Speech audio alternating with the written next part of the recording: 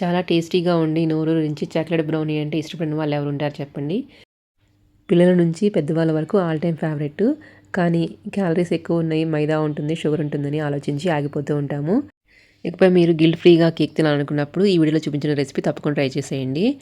మైదా కానీ లేదా షుగర్ కానీ వాడకుండా ఎంతో టేస్టీగా చేసుకుని ఈ చాక్లెట్ బ్రౌనీ ఎలా తయారు చేసుకోవాలో చూసేద్దాం. ముందుగా ఒక మిక్సర్ జార్ తీసుకొని దానిలో ఒక కప్పు ఓట్స్ వేసుకోవాలి. మీరు రోల్డ్ ఓట్స్ అయినా వేసుకోవచ్చు. నేనైతే ఇక్కడ నార్మల్ ఓట్సే వేసుకుంటున్నాను. నెక్స్ట్ దీనిలోనే ఒక పావు కప్పు కోకో పౌడర్ వేసుకుంటున్నాను. అలాగే స్వీట్నెస్ కోసం ఇక్కడ నేను షుగర్కి బదులుగా ఒక ముప్పావు కప్పు తరిగిన బెల్లాన్ని వేసుకుంటున్నాను. మీరు కొంచెం స్వీటు ఎక్కువ కావాలి అనుకుంటే ఒక కప్పు బెల్లం వేసుకోండి.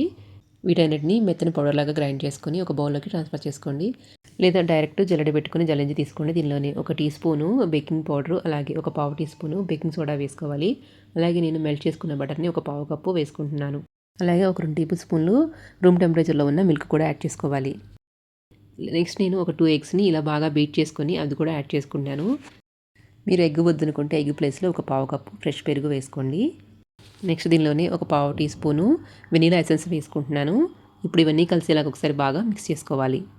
ఇలా కేక్ బ్యాటర్ని విస్కర్తో కానీ లేదా ఏదైనా స్పూన్తో కానీ ఒకే డైరెక్షన్లో బాగా మిక్స్ చేసుకోవాలి.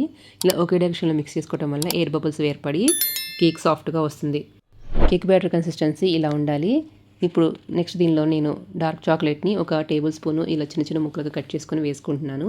మీరు కావాలంటే నార్మల్ చాక్లెట్ కొంచెం ఎక్కువ పీసెస్ వేసుకోవచ్చు. ఇప్పుడు కేక్ మౌల్డ్ తీసుకొని దానికి బటర్ కానీ గీగలని అప్లై చేసుకొని కొంచెం గోధుమ పిండిని అప్లై చేసుకోవాలి. దీనిలో మనం రెడీ చేసి పెట్టుకున్న కేక్ బ్యాటర్ని ట్రాన్స్ఫర్ చేసుకోవాలి. మీ దగ్గర ఉంటే బటర్ పేపర్ అయినా వేసుకోవచ్చు.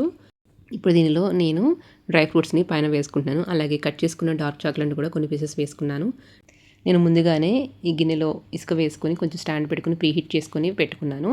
ఇప్పుడు దీనిలో మనము ప్రిపేర్ చేసుకున్న కేక్ బ్యాటర్ మౌల్డ్ని ప్లేస్ చేసుకొని లో ఫ్లేమ్లో 35 to 40 మినిట్స్ వరకు బేక్ చేసుకోవాలి. మీరు అవెన్లో చేస్తున్నట్లయితే 180 డిగ్రీస్లో 20 to 25 మినిట్స్ వరకు బేక్ చేయండి. నా దగ్గర ఇలా చిన్న బౌల్స్ ఉంటే దీనిలో కూడా బ్యాటర్ వేసుకుంటాను కప్ కేక్స్ లాగా చేద్దామని.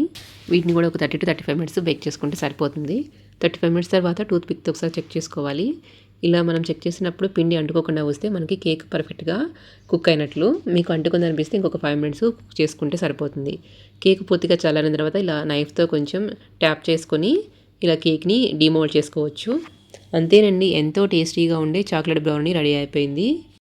మీరు ఈ కేక్ని ఎవరికైనా తినిపిస్తే ఓట్స్ బెల్లంతో చేసామంటే ఎవరు నమ్మరు, అంత టేస్టీగా ఉంటుంది. ఇంకెందుకు ఆలస్యం, ఈ గిల్ట్ ఫ్రీ చాక్లెట్ బ్రౌనీ కేక్ని మీరు కూడా తప్పకుండా ట్రై చేయండి. ఎలా వచ్చిందో కమెంట్ సెక్షన్లో కమెంట్ చేయండి. అలాగే మీకు ఈ వీడియో నచ్చినట్టయితే లైక్ చేయండి, మీ ఫ్రెండ్స్కి కూడా షేర్ చేయండి. ఇలాంటి మరిన్ని రెసిపీ అప్డేట్స్ నోటిఫికేషన్ మీకు రావాలంటే మన ఛానల్ సబ్స్క్రైబ్ చేసుకోండి. మరొక మంచి రెసిపీతో ఇంకొక వీడియోలో కలుద్దాము. Thank you for watching.